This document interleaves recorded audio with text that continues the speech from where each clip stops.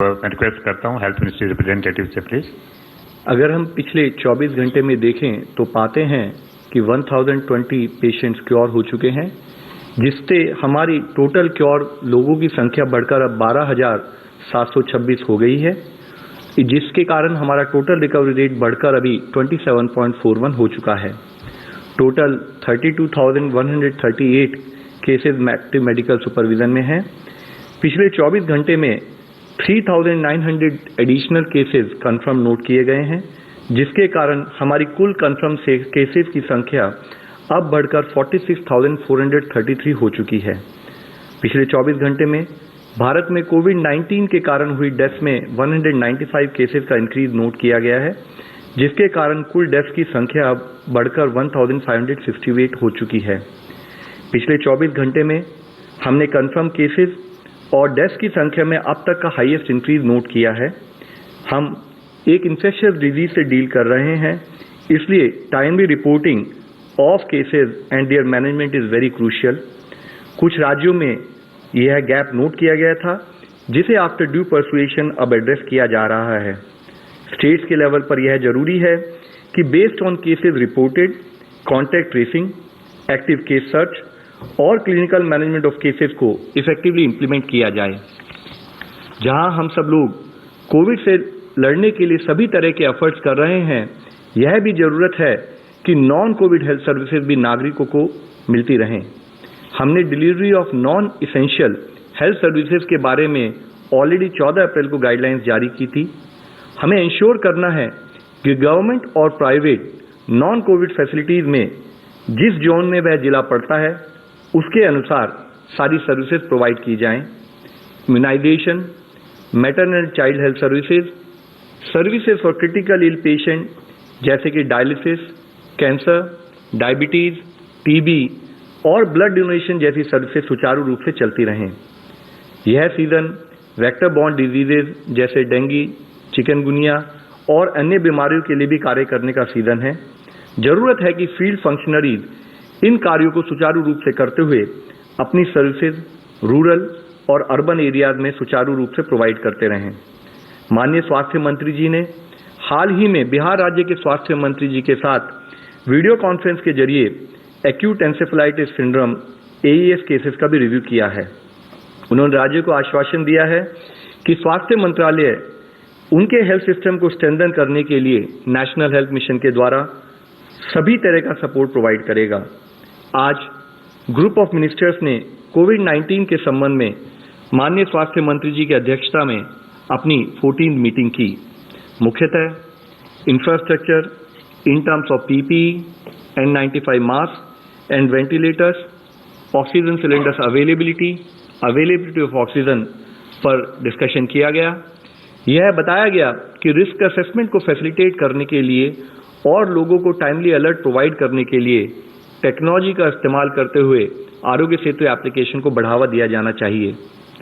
Non Covid hospitals और Covid block वाले अस्पतालों में जो नॉन कोविड ट्रीटमेंट एरिया है, वहाँ हेल्थ वर्कर्स को और अन्य लोगों को PPEs किस तरीके से इस्तेमाल करने चाहिए, उसके लिए एक एडिशनल गाइडलाइन को जारी किया गया है। इससे पहले भी स्वास्थ्य मंत्रालय ने 24 मार्च को PPEs के रैशनल यूज पर कुछ दिशा निर्देश जारी किए थे। इसमें गाइडलाइंस में हेल्थ केयर वर्कर्स को रिस्क प्रोफाइल जैसे कि high risk area, moderate risk area या लो रिस्क एरिया के बेसिस पर किस हॉस्पिटल सेटिंग में किस टाइप के PPEs यूज करने चाहिए, उस पर गाइडेंस प्रोवाइड की है। हाई रिस्क एरियाज में फुल कॉम्प्लीमेंट ऑफ PPEs यानी कि N95 मास्क, कवरऑल्स, गॉगल्स, ग्लव्स और शू कवर का इस्तेमाल किया जाना चाहिए। मॉडरेट रिस्क एरियाज में N95 मास्क, ग्लव्स का इस्तेमाल करना चाहिए। माइल्ड या लो रिस्क एरियाज में ट्रिपल लेयर मेडिकल मास्क और लेटेस्ट एग्जामिनेशन ग्लव सफिशिएंट हैं। इस संबंध में डिफरेंट एरियाज जैसे कि IPD ब्लॉक में जैसे हमारे वार्ड्स हैं, ICUs हैं, लेबर रूम्स हैं, ऑपरेशन थिएटर हैं।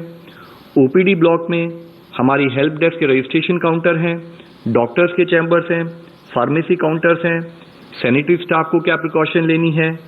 इसी तरीके से इमरजेंसी डिपार्टमेंट या अदर एंसिलरी सर्विसेज जैसे कि हमारी लैब, ब्लड बैंक्स और लॉन्ड्री सर्विसेज जो भी हैं, वहां पर किस टाइप का रिस्क प्रोफाइल है और उसके तहत किस टाइप के पीपीई को यूज करना चाहिए, यह डिटेल दिशा निर्देश जारी किए गए हैं।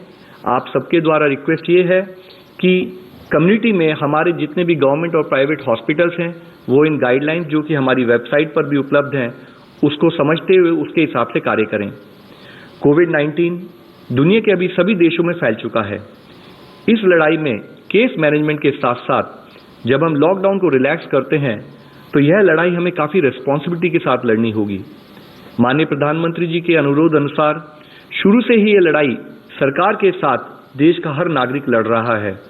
जब हम लॉकडाउन को रिलैक्स कर रहे हैं तो इसमें सरकार की जिम्मेदारी के साथ साथ हर नागरिक की जिम्मेदारी और बढ़ जाती है। समस्त सरकार और संपूर्ण समाज के शेयर्ड एफर्ट से ही हम यह लड़ाई जीत सकते हैं। हमें अपनी जीवन शैली और काम करने के तरीके में कोविड-19 से संबंधित अप्रोप्रिएट बदलाव लाना होगा। आज जरूरत है कम्युनिटी की ओनरशिप की। जरूरत है कि हर citizen as part of his social responsibility chain of transmission को ब्रेक करने में कंट्रीब्यूट करे। जैसे कि माननीय प्रधानमंत्री जी ने कहा था, भारत की यह लड़ाई पीपल ड्रिवन हो और हम सब मिलकर समस्त विश्व के सामने इसके लिए एक सक्सेसफुल एग्जाम्पल सेट करें। धन्यवाद। कुमार कुंदन, TV9 भारतवर्ष।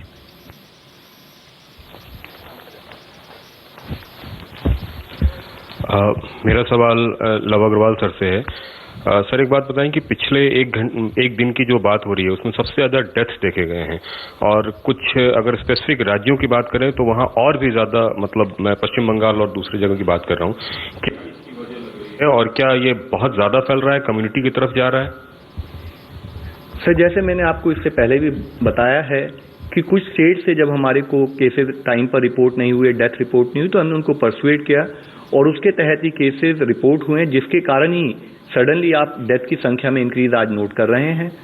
लेकिन इसके साथ ही ये भी हम सबको समझना होगा कि जो हमारे कंटेनमेंट एफर्ट्स फील्ड में आज काम कर रहे हैं, जिस तरह स्टेट्स को और स्टेट्स के साथ साथ जिले के अधिकारियों को गाइड किया है कि वो जहां पर भी केसेस आए वहां कंटेनमेंट जोन बनाएं और स्पेशल टीम्स के जरिए हाउस टू हाउस सर्च करके उन केसेस को ट्रैक करें और उन केसेस को कंट्रोल करें। तो अभी इस सिचुएशन में बहुत जरूरी है कि इसी एफर्ट को हम उसी कंटिन्यूड विगर के साथ करते